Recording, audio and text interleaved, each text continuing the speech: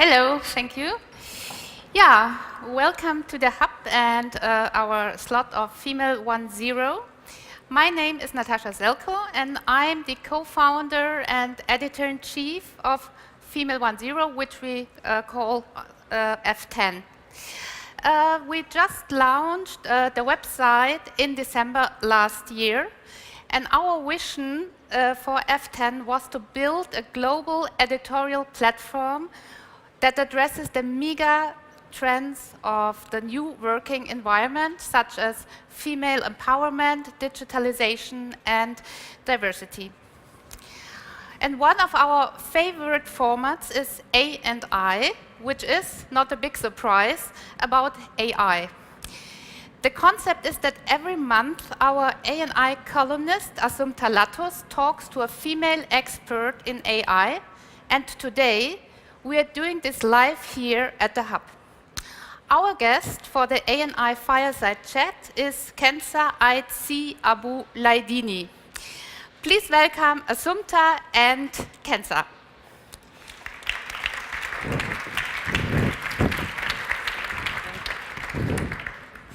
So, just a few words to introduce the two.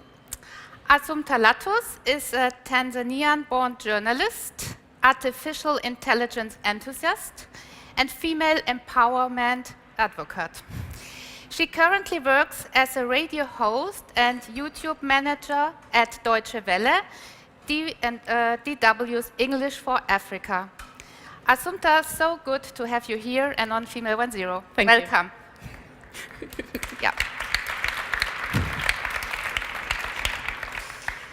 And Kenza is a senior manager for robotics and artificial intelligence within the IT department of Deutsche Telekom. Kenza is certainly what we call a global citizen. Kenza was born in Morocco, studied telecommunications engineering in Spain, and lived for some time in China, and she speaks 7 languages. Okay.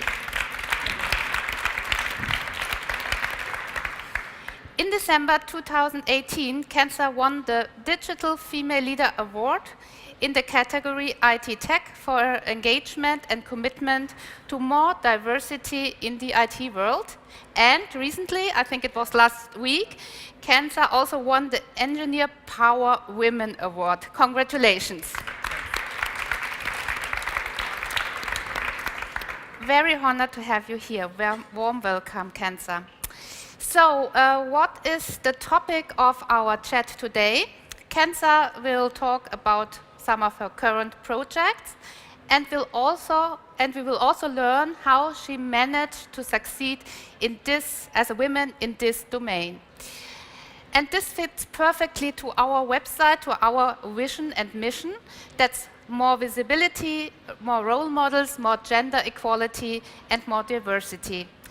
But now, very excited to have you here too, to join you. Let's start a conversation. Thank you. Thanks. Thank you. So, welcome, Kenza. Thanks. And thank you very much for being here. And I would like to welcome you as well. And thank you for taking time to be here and get interested into women who are working in AI section or AI industry. Kenza, I will start this chat by telling you a story. 5 years ago, Okay. I asked my daughter what she would love to be when she will be in your age. And can you guess what she said, what she would want to be? No. Okay. She wants to be a footballer, professional footballer. Oh, wow. And I was a bit shocked. You know, I'm having a daughter, and I'm imagining a daughter with, you know, like wearing pink and playing with Barbie and going and having like a profession like mine, a journalist, and not playing football. I come to you. You just won just some few days ago this award, and I've just seen from your tweets yesterday that you got congratulated by so many people. And, but amazingly, some other people don't understand what their what was all about. Can you tell us a little bit about that story? Yes. Well, yesterday, funnily enough, I was here, and I was talking to a gentleman, and then someone came to congratulate me Natalie came to congratulate me for the award. And the gentleman said, "Oh yeah, I saw that in my tweets. That was something social, right?" And both of us were surprised. I looked at him, "What makes you think it was social?" And he said, "Well, it was something with women, so it's got to be social." So that was a big surprise for me. I said, "Well, yeah, I studied many years engineering. I've been working my ass off the last 15 years in this field, and now I'm doing something social." But is that something that you're getting often, or is that just a, you know? It is. Obviously, these are the small things you face every day. I usually try to just ignore it and just say, okay, whatever, it's unconscious bias, I guess. But it still made me think that there's still a lot of work to do, and we as a society are not that. So I mean, the same way you thought you were surprised when your daughter said she would like to play football, it's also unconscious bias. Right. So the first reaction, okay, it's like, oh, there's something wrong. We have the feeling there's something wrong, but it's good to think about it, and then, but think about it before you open your mouth. Okay, so so you're telling us that you can talk to us technique engineering. Now, you are a senior manager at Telekom, and you kind of organizing and heading this robotic and AI, building, you know, automation solutions. Can you tell us a little bit what is it all about? What does your work entail? Oh, okay, sure. So I work for the Deutsche Telekom IT. So we basically build the IT for the group, for the whole group, not only in Germany but also in the other countries. And we have these two topics. So we are 100 and some team, and we build robotic process automation and AI solutions. So it's like two parts, but it belongs together because it's all automation. So either you have the dumb automation, so without any intelligence, basically you're just automating processes where someone is just clicking his way through many applications, and this you automate, and then a robot is doing it. So a very good example here is the reporting. So you usually get data from different sources, SAP and the big corporates, whatever sources they are, put this in Excel, and then you do some shifting, and then some pivots, and then a graph, and then you send it by email. So these are the typical steps you do for reporting, any sort of reporting, it doesn't matter. And there's no intelligence in it, so you're basically just clicking. And this is something you can automate very easily. We did scripts in the past, or macros in Excel, but with the RPA, so the robotic process automation, you can do it through different applications. So this is the non-intelligent part. And AI, we have obviously different use cases. So for us, the main part is to make the infrastructure, so for landline and mobile, more efficient and more intelligent, and to prevent incidents, and when we have incidents, to automate the routing of the incidents and all these kind of things. But we also have use cases that have an impact also on the users. So in the hotlines, for example, in the service. So if we did our job not properly enough, and the internet connection is broken, and someone calls the hotline, then we're also trying to improve this process and make it more intelligent, so that we find the problem much quicker than we did in the past, and that the person doesn't need to wait as long on the line. Can you tell us a little bit of an example of that? I mean, what are we talking about here? The AI system? Well, a lot of data analysis and decision making in terms of what's the best solution, next best action. So depending on the description of the problem, I'm trying to see not to get too technical, but we have many parts. Well, I guess you're all experts, so it's fine. Yeah. But we also have, like voice recognition. So what we are developing right now is your voice is your ID. That was communicated a couple of months ago on the IFA, and which means if I am a customer of Telekom, I record my voice, and the system recognizes my voice and matches it with my data. So the next time I call the hotline, I don't need to give my phone number or my customer number. The system recognizes my voice, and then it pops all my information to the and call this agent. is the point that, I mean, when I call you and it's like, hey, Asumpta, so, I mean, like... Well, this because I have your name probably in my list. Yeah. This would be the stupid part. But if I don't have you on my list, but I still recognize the voice, so it's not that you're on my contact list and then the number is recognized, I'm recognizing the voice and not the number. Okay, let's go to the AI part of the system. One of the challenges that we're facing right now, and a lot of people are talking about, is the bias and algorithm. While building these AI systems and solutions, what are you doing differently to make this bias and algorithm not affect the system, the function? Yes. Well, it's a very complex topic. I guess there won't be one answer for it. When we are dealing with physical data of the network, so really what's under the earth, so the cables and stuff, it's all physical data. So there's less bias in there.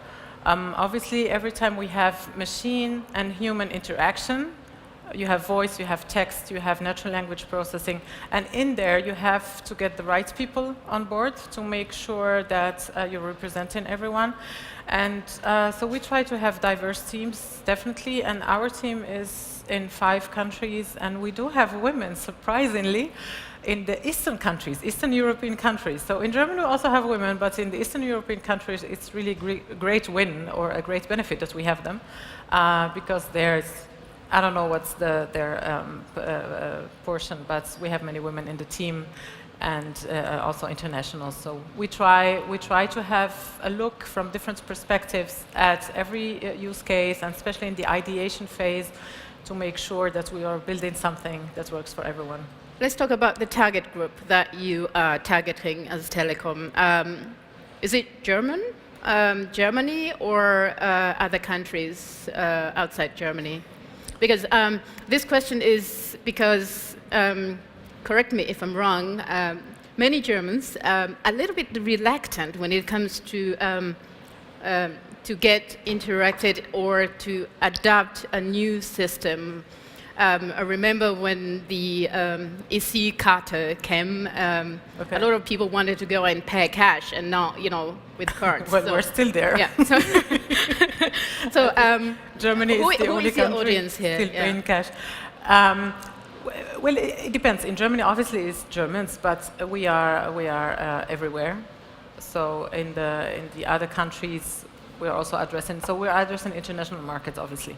Okay, let's go back to when you were 6 years old. Get to know you a little bit better. How would you describe Kenza with 6 years? When you were 6 years old? Very similar, I think, to now. I have 2 elderly brothers, so I learned to fight hard since I was young. I loved maths, and I loved maths because I loved maths, not because I saw someone or some women doing maths and I thought, okay, I want to be like her. It's what's intrinsical, let's say. For me, it was quite clear. I want to do something that goes in that direction. I want to be someone intelligent. So engineer. I didn't know at the time that engineering, let's say, 6. Your characteristics were not different to what you are now. You were born in Morocco and then went to Spain to study. Yeah. And and then you're speaking Chinese. Can you tell us a little bit of this road from Morocco to Spain, China, and here? Yeah. Yeah. Well, you know this saying, life is what happens while you're making plans.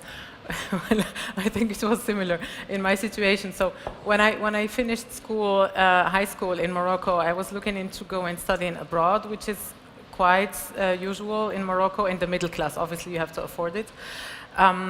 So I decided to go to Spain, and then I started studying German in Spain because I liked the language and it was something different. It sounded very weird, and I said, okay, this is interesting. It's How old were you at that time? 19. So the second year I was in Spain, I couldn't speak Spanish before, so I first studied Spanish. And then when my Spanish was good enough, I started with German. And then I moved to Barcelona and then started studying Chinese in Barcelona because I wanted to learn a new writing. And then this is how I ended in Germany, because I wanted to improve my German, and I kept studying Chinese in Germany, and then I ended in China because I wanted to improve my Chinese. And then I met a German guy in China, so this is why I'm back. Okay. Where do you see, I mean, I know that you have received or encountered many challenges while climbing from where you started studying until where you are right now. What is the most difficult thing that you encountered and you said, wow, this is, I would leave everything and just be me the way I am?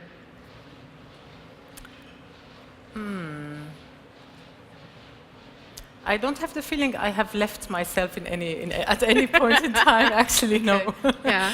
I was always myself, but there was a very difficult situation, and that was after I left Spain. I studied in Spain, and I worked there for a couple of years, and then I decided to study a little bit more, and I wanted to come to Germany for the German. So I quit my job in Spain, came here, did a master's degree in Berlin, and I finished in 2009, in the middle of the financial crisis. And I couldn't find a job. And that was really confusing, because I was an engineer, I had a master's degree, I could speak already 7 languages at the time, I had international experience, and I was there in Germany, and no job. And no job as an engineer for almost 9 months to a year. Mm-hmm. So obviously I had to do some jobs to survive, and that was also the time when I decided to go to China. So now when people talk to me, they most of the time they have the feeling everything was like perfect. You know, you finish studies and then you have a job and then you're getting the ladder and up. And I'm trying to say no, it was not always perfect. There were times where it was bad, and I just didn't know why, and I didn't ask myself. And what helped you to get over the challenge? Well, what helped me was to get out of Europe, because the whole Europe was in a huge crisis. So that was the decision to go again to China. I had been there 2 times, studying Chinese at the university there in Beijing. So I just said, okay, let's go to China and find your way in China. And but that was a great experience, obviously, and I met my husband, so I'm back. China brought me back. Yeah, many awards, and we have heard you have been receiving lots of awards, and all of those going back to what you started in the past, and that's engineering. My question is, what is the secret behind this? Is there something that you're doing right that other people are not doing? I don't think so, no. Yeah, it's interesting. I'm not sure that I'm doing more right than others. I'm sure every one of us does something right, but the moment you really find your passion or something that you really fight for because you think it's the right thing to do, it's more authentic. and then everybody feels you're not just playing a movie, it's real, and it has more impact on the people. So probably, yeah, that's the game changer. Where's this passion coming from? From here. Where should it come from? Upbringing? I don't know. I have no idea. It's just grew. I mean, obviously one of my things is to try to convince girls to study engineering and to work in the IT and to work in this business, just because I think if they like maths and they feel comfortable with this, then they should do it. I mean, when I was young, and this is surprisingly enough, in Africa, nobody thinks it's a woman, you shouldn't do maths or you shouldn't study engineering. So this is something I am experiencing in Europe. But when I was young, I was good at maths, so it was clear I'm going to be an engineer. And it's here in Europe where everyone is surprised. And at the beginning, when I was working in Spain, one day I was solving technical problems. We were building radios and antennas, and I was doing the technical service. So I was on the phone, and someone called and said, "No, I want to talk with an engineer." And I'm like, "Yeah, that's me." "Oh, a woman? I thought you were just a secretary." So this kind of experiences I didn't feel in Morocco. So that's why I'm trying to just encourage everyone who feels comfortable doing maths or thinks he can be a good engineer, just do it. Don't think, is it the right thing for me as a woman or not? Because obviously, yeah. Well, looking back from 5 years ago to now, how do we see the future? Do you think this mentality or mindset will change soon? That's very hard. I want to believe it will. But the way there is really hard. And what surprises me most is that nowadays everyone is talking diversity, and that diversity brings money. So let's not be so social. We're really talking money here, and still you see the industry not moving as fast as we would like it to be. And you have thousands of studies showing if you have a diverse team, you make more profit. If you have female founder, the startup is more beneficial. And still, they're investing in men, and still they're hiring men. So even though we are proving that diversity means money, and we are in a capitalistic system that should be interested in money, still is not happening at the pace we need it to be to have a better world. But yeah. So you say, this is what you're saying, that everybody should embrace diversity, and this is where money comes in. And I was just wondering, looking at the AI industry in 5 years to come or 10 years to come, where do you see the society going when it comes to AI? Is it that everybody will be driving an electricity, on automated cars, or I mean, how do you see it? Well, we won't be driving. The cars will drive us. That's the difference. I mean, AI is a technology. It's a tool. And I remember, I must quote one of my professors at University in Berlin. He always said, "A fool with the tool is still a fool." What is it again? A fool with a tool is with a tool is still a fool. Okay. So AI is just a tool. It's in our hands to use it responsibly and properly, and to build solutions that will be beneficial for everyone, not just for a small group of the society. And AI is today already everywhere. We're just not labeling it as AI. I remember I wrote my thesis about clustering algorithms, so it's one of the methodologies of unsupervised machine learning, back in 2003, and at that time never heard of machine learning, and we didn't really talk much about AI. I had courses in neural networks, in fuzzy logic, in clustering, classification and stuff, but my professor never said AI or machine learning. So this is all coming with the buzz and the hype. So we were just talking algorithms and solutions. But we have it in our cell phones, we have it in our cars, we have it in our washing machines, we have it really everywhere. Voice recognition is also natural language processing, that's also AI, and it's been around for many years. We haven't notice it's there. It's now because everything is being labeled as AI that we have the feeling, oh, this is new. Obviously, all the solutions we have now is weak AI. So what we see in the science fiction movies and the robots, you know, killing people and taking over the Earth, that's science fiction, and that might be the strong AI someday. So, but we're not there yet. We're still far away.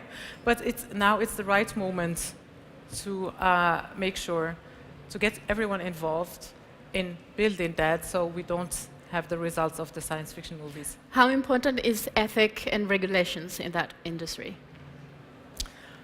Well, it is important to give a framework. It shouldn't be too much stopping innovation. So this is also the big discussion and the comparison between Europe. We are too regulation-driven, and this is stopping innovation. US and China are looking less at the regulations, and this is why they're more innovative. But I think I love Germany. I love living here, also because we have this data privacy and this the freedom. You don't need to fear when you're walking at night in Berlin. Okay, different topic, but so sorry. So what I wanted to say is we have benefits in Europe. So this data privacy and regulations, it's something that we do like in our lives. But on a global level and innovation level, we have to see what is the price to pay. You can be much more innovative, but then there's a price. So to find the right balance is really a big challenge. What is your favorite AI gadget?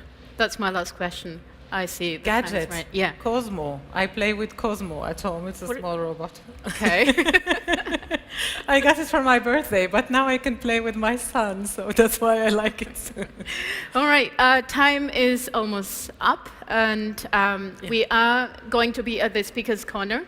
So if there will be some questions that you would like to ask Kenza, then she'll be happy to answer. I'll be there too, and we welcome all of you to our website, FemaleOneZero.com, where you could see some other inspiration stories about AI and other actors, women actors in the AI industry. Thank you very much. Thanks. Thank you very much. Thank you.